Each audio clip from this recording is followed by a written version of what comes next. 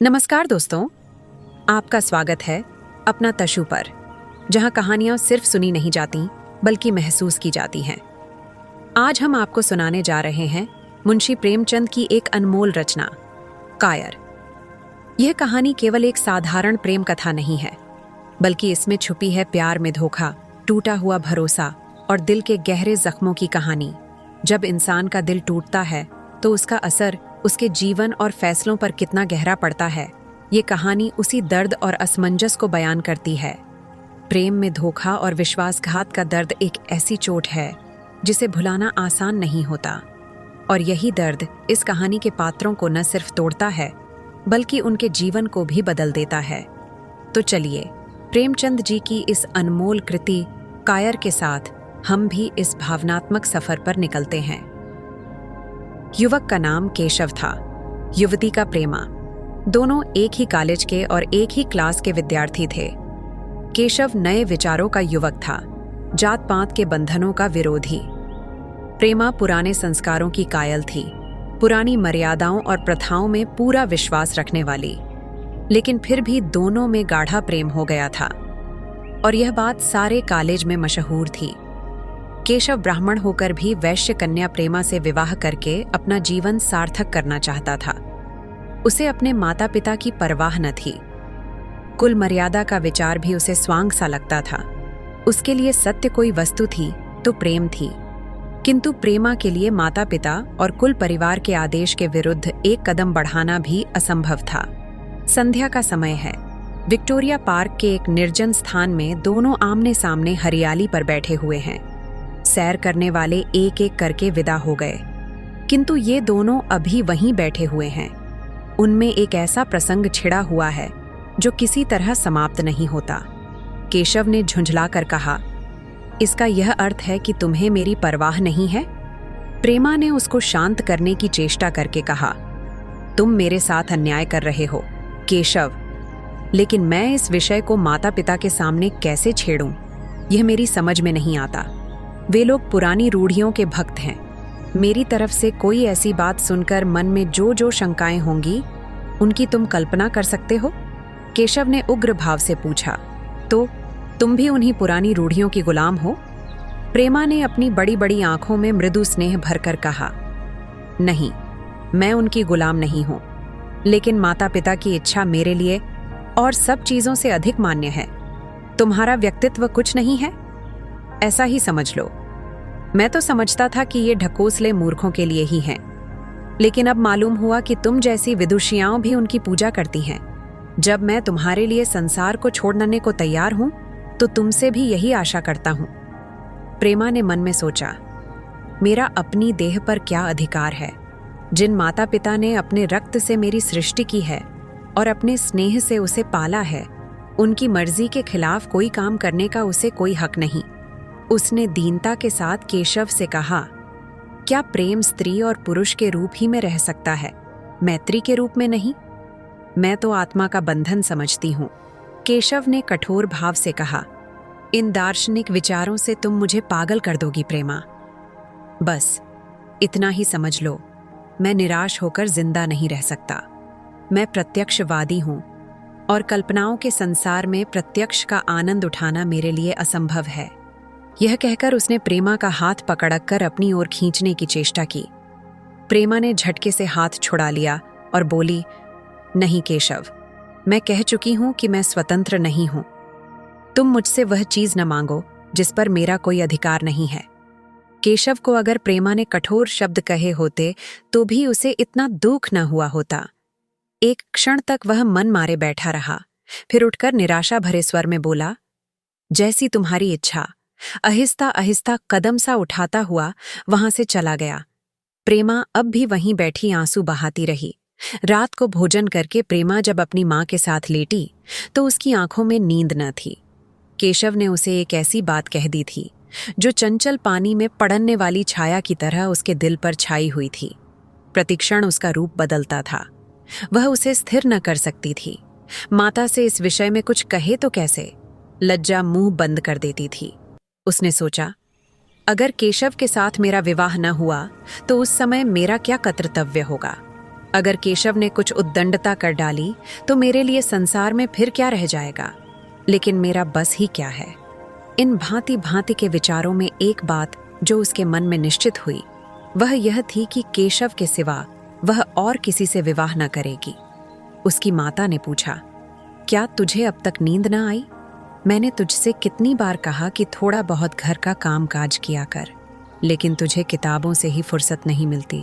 4 दिन में तू पराए घर जाएगी, कौन जाने कैसा घर मिले।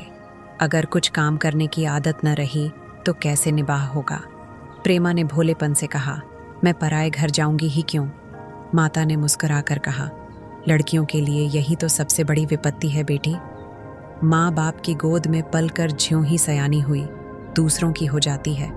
अगर अच्छे प्राणी मिले तो जीवन आराम से कट गया, नहीं रो रो कर दिन काटना पड़ा। सब कुछ भाग्य के अधीन है। अपनी बिरादरी में तो मुझे कोई घर नहीं भाता, कहीं लड़कियों का आदर नहीं, लेकिन करना तो बिरादरी में ही पड़ेगा। न जाने यह जात पात का बंधन कब टूटेगा। प्रेमा डरते डरते बोली, कहीं कहीं तो बिरादरी के बाहर भी विवाह होने लगे हैं। उसने कहने को कह दिया, लेकिन उसका हृदय कांप रहा था कि माताजी कुछ भांप न जाए। माता ने विस्मय के साथ पूछा, क्या हिंदुओं में ऐसा हुआ है? फिर उसने आप ही आप उस प्रश्न का जवाब भी दिया, और 2-4 जगह ऐसा हो भी गया तो उससे क्या होता है। प्रेमा ने इसका कुछ जवाब न दिया। भय हुआ कि माता कहीं उसका आशय समझ न जाए। उसका भविष्य एक अंधेरी खाई की तरह उसके सामने मुंह खोले खड़ा था, मानो उसे निगल जाएगा। उसे न जाने कब नींद आ गई। प्रातकाल प्रेमा सोकर उठी तो उसके मन में एक विचित्र साहस का उदय हो गया था। सभी महत्वपूर्ण फैसले हम आकस्मिक रूप से कर लिया करते हैं, मानो कोई दैवी शक्ति हमें उनकी ओर खींच ले जाती है। वही हालत प्रेमा की थी। कल तक वह माता पिता के निर्णय को मान्य समझती थी, पर संकट को सामने देखकर उसमें उस वायु की हिम्मत पैदा हो गई थी जिसके सामने कोई पर्वत आ गया हो। वही मंद वायु प्रबल वेग से पर्वत के मस्तक पर चढ़ जाती है और उसे कुचलती हुई दूसरी तरफ जा पहुंचती है। प्रेमा मन में सोच रही थी, मानो यह देह माता पिता की है, किंतु आत्मा तो मेरी है। मेरी आत्मा को जो कुछ भुगतना पड़ेगा वह इसी देह से तो भुगतना पड़ेगा। अब वह इस विषय में संकोच करना अनुचित ही नहीं, घातक समझ रही थी। अपने जीवन को क्यों एक झूठे सम्मान पर बलिदान करे।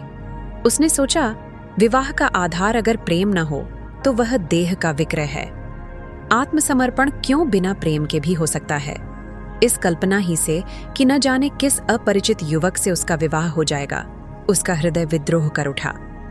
वह अभी नाश्ता करके कुछ पढ़ने जा रही थी कि उसके पिता ने प्यार से पुकारा, मैं कल तुम्हारे प्रिंसिपल के पास गया था, वे तुम्हारी बड़ी तारीफ कर रहे थे।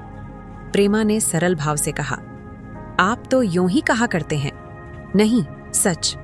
यह कहते हुए उन्होंने अपनी मेज की दराज खोली और मखमली चौखटों में जड़ी हुई एक तस्वीर निकालकर उसे दिखाते हुए बोले, यह लड़का आईजोसीओएसओ के इम्तिहान में प्रथम आया है। इसका नाम तो तुमने सुना होगा। बूढ़े पिता ने ऐसी भूमिका बांध दी थी कि मां उनका आशय न समझ सकी, लेकिन प्रेमा भांप गई। उनका मन तीर की भांति लक्ष्य पर जा पहुंचा। उसने बिना तस्वीर की ओर देखे ही कहा, नहीं, मैंने तो उसका नाम नहीं सुना। पिता ने बनावटी आश्चर्य से कहा, क्या तुमने उसका नाम ही नहीं सुना? आज के दैनिक पत्र में उसका चित्र और जीवन वृत्तांत छपा है। प्रेमा ने रुखाई से जवाब दिया होगा, मगर मैं तो उस परीक्षा का कोई महत्व नहीं समझती। मैं तो समझती हूँ जो लोग इस परीक्षा में बैठते हैं वे पल्ले सिर के स्वार्थी होते हैं। आखिर उनका उद्देश्य इसके सिवा और क्या होता है कि अपने गरीब, निर्धन, दलित भाइयों पर शासन करें और खूब धन संचय करें। ये तो जीवन का कोई ऊंचा उद्देश्य नहीं है। इस आपत्ति में जलन थी, अन्याय था, निर्दयता थी। पिताजी ने समझा था प्रेमा यह बखान सुनकर लट्टू हो जाएगी। ये जवाब सुनकर तीखे स्वर में बोले, तू तो ऐसी बातें कर रही है जैसे तेरे लिए धन और अधिकार का कोई मूल्य ही नहीं। प्रेमा ने ढिठाई से कहा, हाँ, मैं तो इसका मूल्य नहीं समझती। मैं तो आदमी में त्याग देखती हूँ। मैं ऐसे युवकों को जानती हूँ जिन्हें यह पद जबरदस्ती भी दिया जाए तो स्वीकार न करेंगे। पिता ने उपहास के ढंग से कहा, यह तो आज मैंने नई बात सुनी। मैं तो देखता हूँ कि छोटी छोटी नौकरियों के लिए लोग मारे मारे फिरते हैं। मैं जरा उस लड़के की सूरत देखना चाहता हूं जिसमें इतना त्याग हो। मैं तो उसकी पूजा करूंगा। शायद किसी दूसरे अवसर पर यह शब्द सुनकर प्रेमा लज्जा से सिर झुका लेती, पर इस समय उसकी दशा उस सिपाही की सी थी जिसके पीछे गहरी खाई हो। आगे बढ़ने के सिवा उसके लिए और कोई मार्ग न था। अपने आवेश को संयम से दबाती हुई, आंखों में विद्रोह भरे, वह अपने कमरे में गई और केशव के कई चित्रों में से वह एक चित्र चुनकर लाई जो उसकी निगाह में सबसे खराब था और पिता के सामने रख दिया। बूढ़े पिताजी ने चित्र को उपेक्षा के भाव से देखना चाहा, लेकिन पहली दृष्टि ही में उसने उन्हें आकर्षित कर लिया। ऊंचा कद था और दुर्बल होने पर भी उसका गठन स्वास्थ्य और संयम का परिचय दे रहा था। मुख पर प्रतिभा का तेज न था, पर विचारशीलता का कुछ ऐसा प्रतिबिंब था जो उसके मन में विश्वास पैदा करता था। उन्होंने उस चित्र की ओर देखते हुए पूछा, यह किसका चित्र है? प्रेमा ने संकोच से सिर झुकाकर कहा, यह मेरे ही क्लास में पढ़ते हैं। अपनी ही बिरादरी का है? प्रेमा की मुखमुद्रा धूमिल हो गई। इसी प्रश्न के उत्तर पर उसकी किस्मत का फैसला हो जाएगा।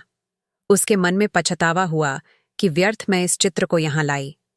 उसमें एक क्षण के लिए जो दृढ़ता आई थी, वह इस पैने प्रश्न के सामने कातर हो उठी। दबी हुई आवाज में बोली, जी नहीं, वह ब्राह्मण है। और यह कहने के साथ ही क्षुब्ध होकर कमरे से निकल गई, मानो यहां की वायु में उसका गला घुटा जा रहा हो, और दीवार की आड़ में होकर रोने लगी।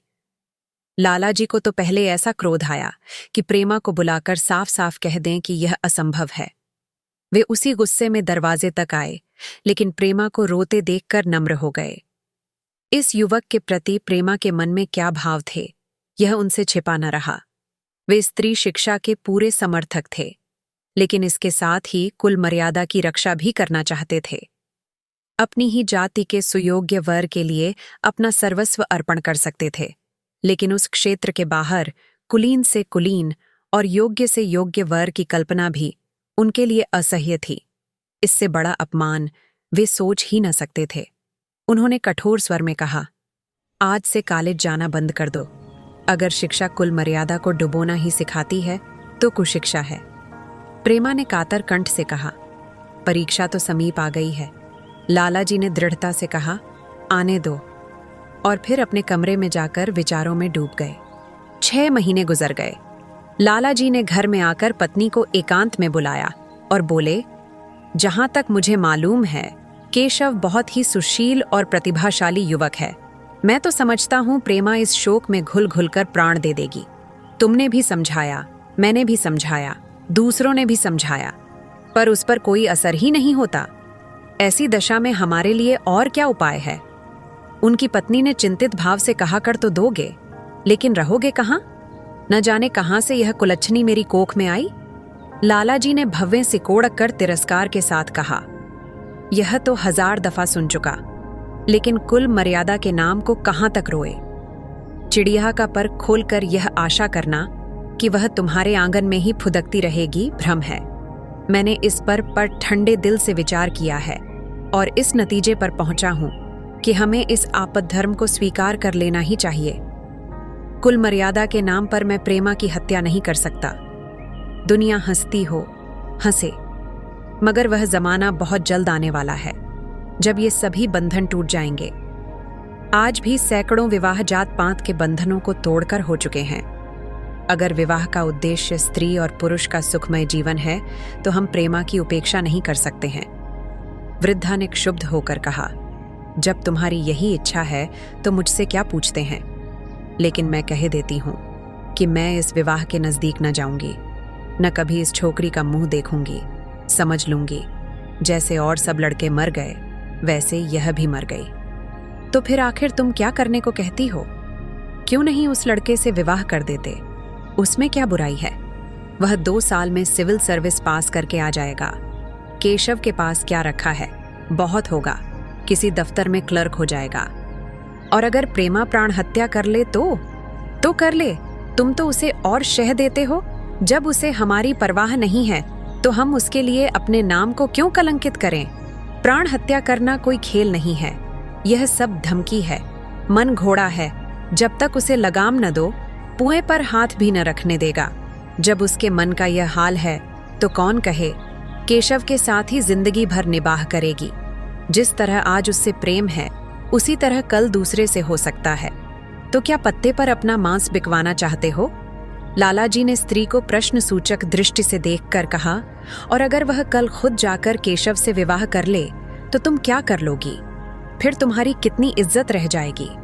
वह चाहे संकोचवश या हम लोगों के लिहाज से यूं ही बैठी रहे, पर यदि जिद पर कमर बांध ले हम तुम कुछ नहीं कर सकते। इस समस्या का ऐसा भीषण अंत भी हो सकता है, यह इस वृद्धा के ध्यान में भी न आया था। यह प्रश्न बम के गोले की तरह उसके मस्तक पर गिरा। एक क्षण तक वह अवाक्य बैठी रह गई, मानो इस आघात ने उसकी बुद्धि की धज्जियां उड़ा दी हों। फिर पराभूत होकर बोली, तुम्हें अनोखी ही कल्पनाएं सूझती हैं। मैंने तो आज तक कभी भी नहीं सुना कि किसी कुलीन कन्या ने अपनी इच्छा से विवाह किया है। तुमने न सुना हो, लेकिन मैंने सुना है और देखा है, और ऐसा होना बहुत संभव है। जिस दिन ऐसा होगा उस दिन तुम मुझे जीती न देखोगे। मैं यह नहीं कहता कि ऐसा होगा ही, लेकिन होना संभव है। तो जब ऐसा होना है तो इससे तो यही अच्छा है कि हम ही इसका प्रबंध करें। जब नाक ही कट रही है तो तेज छुरी से क्यों न कटे? कल केशव को बुलाकर देखो क्या कहता है। केशव के पिता सरकारी पेंशनर थे, मिजाज के चिड़चिड़े और कृपण। धर्म के आडंबरों में ही उनके चित्त को शांति मिलती थी।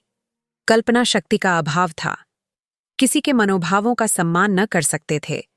वे अब भी उस संसार में रहते थे जिसमें उन्होंने अपने बचपन और जवानी के दिन काटे थे। नवयुग की बढ़ती हुई लहर को वे सर्वनाश कहते थे, और कम से कम अपने घर को दोनों हाथों और दोनों पैरों का जोर लगाकर उससे बचाए रखना चाहते थे।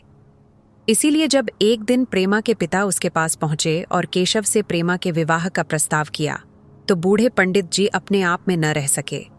धुंधली आंखें फाड़कर बोले, आप भंग तो नहीं खा गए हैं? इस तरह का संबंध और चाहे जो कुछ हो, विवाह नहीं है। मालूम होता है आपको भी नए जमाने की हवा लग गई। बूढ़े बाबूजी ने नम्रता से कहा, मैं खुद ऐसा संबंध नहीं पसंद करता।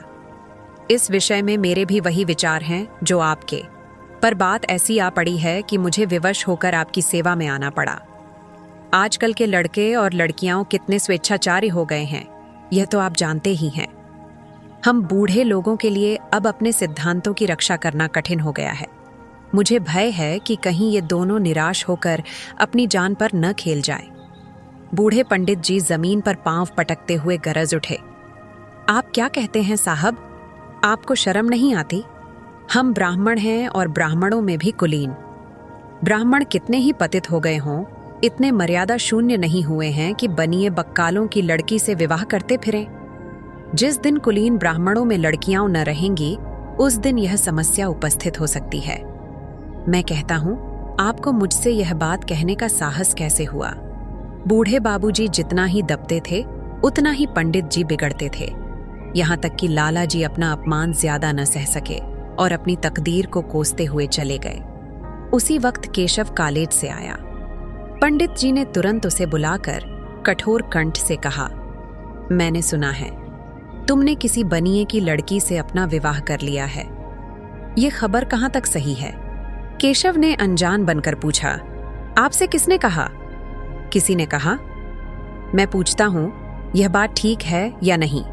अगर ठीक है और तुमने अपनी मर्यादा को डुबाना निश्चय कर लिया है, तो तुम्हारे लिए हमारे घर में कोई स्थान नहीं। तुम्हें मेरी कमाई का एक ढेला भी नहीं मिलता।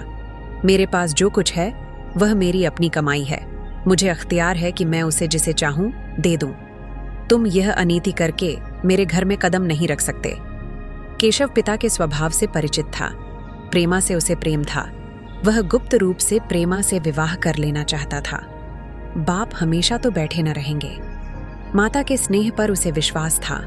उस प्रेम की तरंग में वह सारे कष्टों को झेलने के लिए तैयार मालूम होता था, लेकिन जैसे कोई कायर सिपाही बंदूक के सामने जाकर हिम्मत खो बैठता है और कदम पीछे हटा लेता है, वही दशा केशव की हुई। वह साधारण युवकों की तरह सिद्धांतों के लिए बड़े बड़े तर्क कर सकता था, जबान से उनमें अपनी भक्ति की दुहाई दे सकता था, लेकिन इसके लिए यातनाएं झेलने की सामर्थ्य उसमें न थी। अगर वह अपनी जिद पर अड़ा और पिता ने भी अपनी टेक रखी तो उसका कहाँ ठिकाना लगेगा, उसका जीवन ही नष्ट हो जाएगा। उसने दबी जबान से कहा, जिसने आपसे यह कहा है बिल्कुल झूठ कहाँ है? पंडित जी ने तीव्र नेत्रों से देखकर कहा, तो यह खबर बिल्कुल गलत है। जी हाँ, बिल्कुल गलत।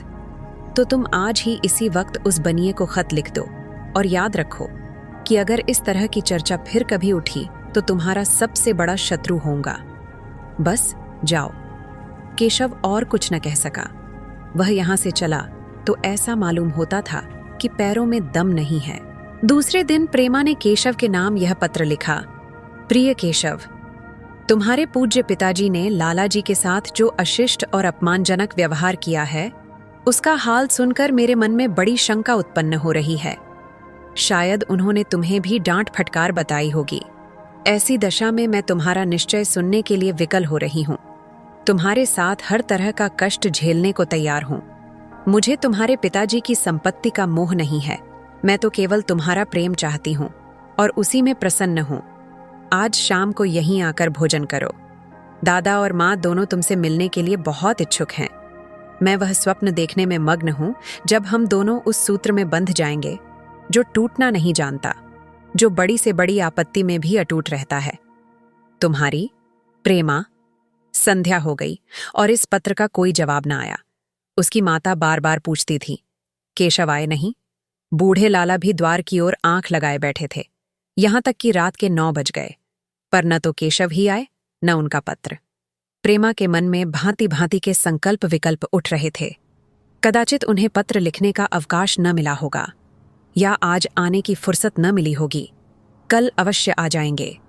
केशव ने पहले उसके पास जो प्रेम पत्र लिखे थे उन सबको उसने फिर पढ़ा। उनके एक एक शब्द से कितना अनुराग टपक रहा था, उनमें कितना कंपन था, कितनी विकलता, कितनी तीव्र आकांक्षा। फिर उसे केशव के वे वाक्य याद आए जो उसने सैकड़ों ही बार कहे थे। कितनी बार वह उसके सामने रोया था। इतने प्रमाणों के होते हुए निराशा के लिए कहाँ स्थान था, मगर फिर भी सारी रात उसका मन जैसे सूली पर टंगा रहा। प्रातःकाल केशव का जवाब आया। प्रेमा ने कांपते हुए हाथों से पत्र लेकर पढ़ा। पत्र हाथ से गिर गया। ऐसा जान पड़ा मानो उसकी देह का रक्त स्थिर हो गया हो। लिखा था, मैं बड़े संकट में हूं कि तुम्हें क्या जवाब दूं। मैंने इधर इस समस्या पर खूब ठंडे दिल से विचार किया है और इस नतीजे पर पहुंचा हूं कि वर्तमान दशाओं में मेरे लिए पिता की आज्ञा की उपेक्षा करना दुस्सह है। मुझे कायर न समझना। मैं स्वार्थी भी नहीं हूं, लेकिन मेरे सामने जो बाधाएं हैं उन पर विजय पाने की शक्ति मुझ में नहीं है। पुरानी बातों को भूल जाओ। उस समय मैंने इन बाधाओं की कल्पना न की थी। प्रेमा ने एक लंबी, गहरी, जलती हुई सांस खींची और उस खत को फाड़कर फेंक दिया। उसकी आंखों से अश्रुधार बहने लगी। जिस केशव को उसने अपने अंतकरण से वर लिया था, वह इतना निष्ठुर हो जाएगा, इसकी उसको रत्ती भर भी आशा न थी। ऐसा मालूम पड़ा मानो अब तक वह कोई सुनहला स्वप्न देख रही थी, पर आंख खुलने पर वह सब कुछ अदृश्य हो गया। जीवन में जब आशा ही लुप्त हो गई तो अब अंधकार के सिवा और क्या रहा। अपने हृदय की सारी संपत्ति लगाकर उसने एक नाव लदवाई थी। वह नाव जलमग्न हो गई। अब दूसरी नाव कौन वहां से लदवाए? अगर वह नाव टूटी है तो उसके साथ वह भी डूब जाएगी। माता ने पूछा, क्या केशव का पत्र है? प्रेमा ने भूमि की ओर ताकते हुए कहा, हाँ, उनकी तबीयत अच्छी नहीं है। इसके सिवा वह और क्या कहे? केशव की निष्ठुरता और बेवफाई का समाचार कहकर लज्जित होने का साहस उसमें न था। दिन भर वह घर के काम धंधों में लगी रही, मानो उसे कोई चिंता ही नहीं है।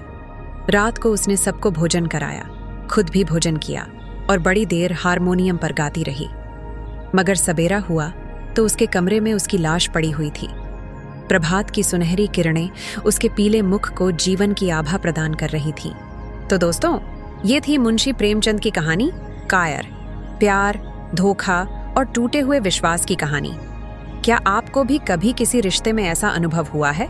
अपने अनुभव और विचार हमारे साथ जरूर साझा करें। अगर आपको यह कहानी पसंद आई तो लाइक करें और हमारे चैनल अपना तशु को सब्सक्राइब करना न भूलें। मैं हूं आपका दोस्त। फिर मिलूंगा एक और दिल छू लेने वाली कहानी के साथ। तब तक अपना ख्याल रखें। नमस्कार।